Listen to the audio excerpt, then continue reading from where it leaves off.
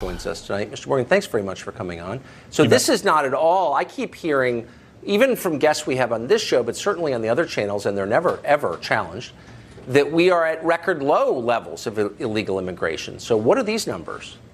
So first of all, it's just another false narrative among many. Right now, we are facing skyrocketing numbers at the border. Border Patrol right now, CBP is estimating if the numbers continue at this pace, Tucker, we could reach 900,000 or 1 million apprehensions this year. But real quickly, the difference between the 90s and 2000s are the demographics. In the 2000s, we had 1 million, but 90% of them, Tucker, were removed.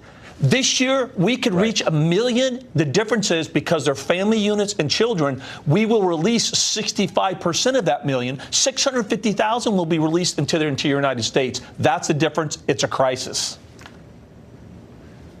So of that, I mean, to the extent that we know, so of that 65%, how many will ultimately be deported? Right now, if you look at the asylum laws and you look at other judicial activism that has just been passed, right now, after you had due process and you've had your hearing, now the court just ruled you can appeal that hearing.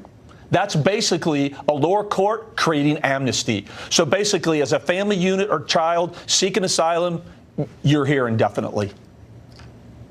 So, in other words, all that, the propaganda that we were hearing last year about child separations, and you saw all the people crying on television about it, and, you know, Trump's a Nazi and all this stuff, that was all a pretext for setting up a system in which nobody could actually be deported. That's absolutely correct. And they knew that. They absolutely knew that, Tucker. They know because of Flores, they pulled a number out of the air that you can't detain kids more than 20 days. So now the kids are being used as pawns. We actually have information that kids are being trafficked across and then sent back to Mexico, and they come back across with another adult so they can all become entered in the United States. Why isn't this being covered on other channels? I mean, not that you're in charge of their news coverage, but this seems like a significant story. Shouldn't there be some other news outlet other than this one that notices it? Yes, and I think that for the men and women that are risking their lives every day on the border, I think this is what's so frustrating to them because political ideology is so infused on this, and they know the truth.